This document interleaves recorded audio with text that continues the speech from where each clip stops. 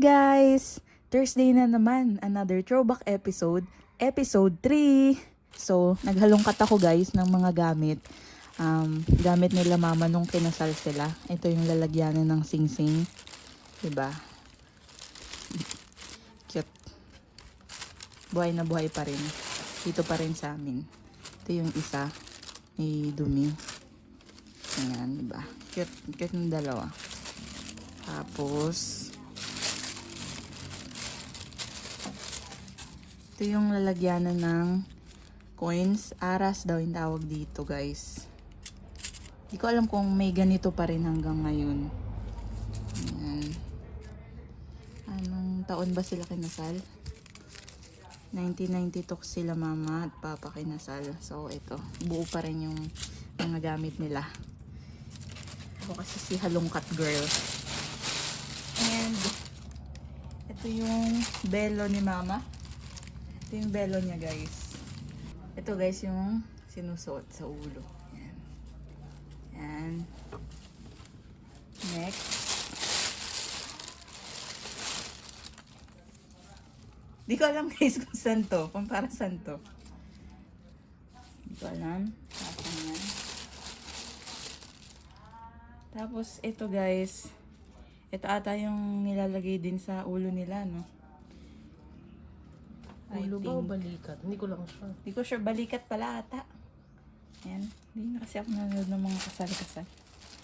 Tapos, ito guys, yung sa pangkamay ni mama. Gloves. Gloves. Tapos,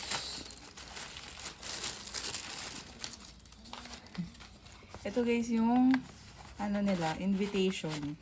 Oh guys, ito yung invitation nila. Pero may mas magandang version nito. Tapos ito, ano bang tawag dito? Cord. Yan yung ginamit na cord nito. Ito guys, yung cord nila. Tingnan nyo. Ngayon, iba na yung itsura. Noon, ganito yung itsura. Yung cord nila. Iba may ano, may 10 centavos. Ewan kung bakit. Ayun, nakakatuwa lang guys na makita yung noon. Siyempre, di pa kami buhay. Ayan. Balik natin.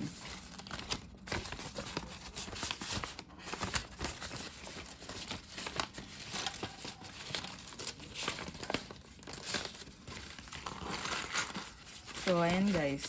Ayan na yung mga nakalkal ko sa baul. Ito guys naman, sa nung flower girl, ewan kong kasama din to dun sa kasal nila mama. Not sure, pero siguro. Luma na. Luma na guys, oh. Yan. Cute, diba? So, yan guys. Yan lang lahat. Yung lalagyan na ng flowers. Yung invitation, saka yung cord. Yung gloves. Yung nilalagay sa balikat. Belo din yan. Or sa ulo. Belo. Not sure. Tapos, flowers. Tapos yung belo ni mama. Team nila white, guys. Halos lahat naman ata ng weddings noon. Tapos ito, yung aras. Tapos yung lalagyan na ng rings. Ayun lang guys. Thank you for watching and stay tuned ulit sa next Throwback Thursday namin. Throwback Thursday episodes. Sana nag-enjoy kayo sa mga lumang gamit. Thank you sa panonood. God bless. Comment, subscribe!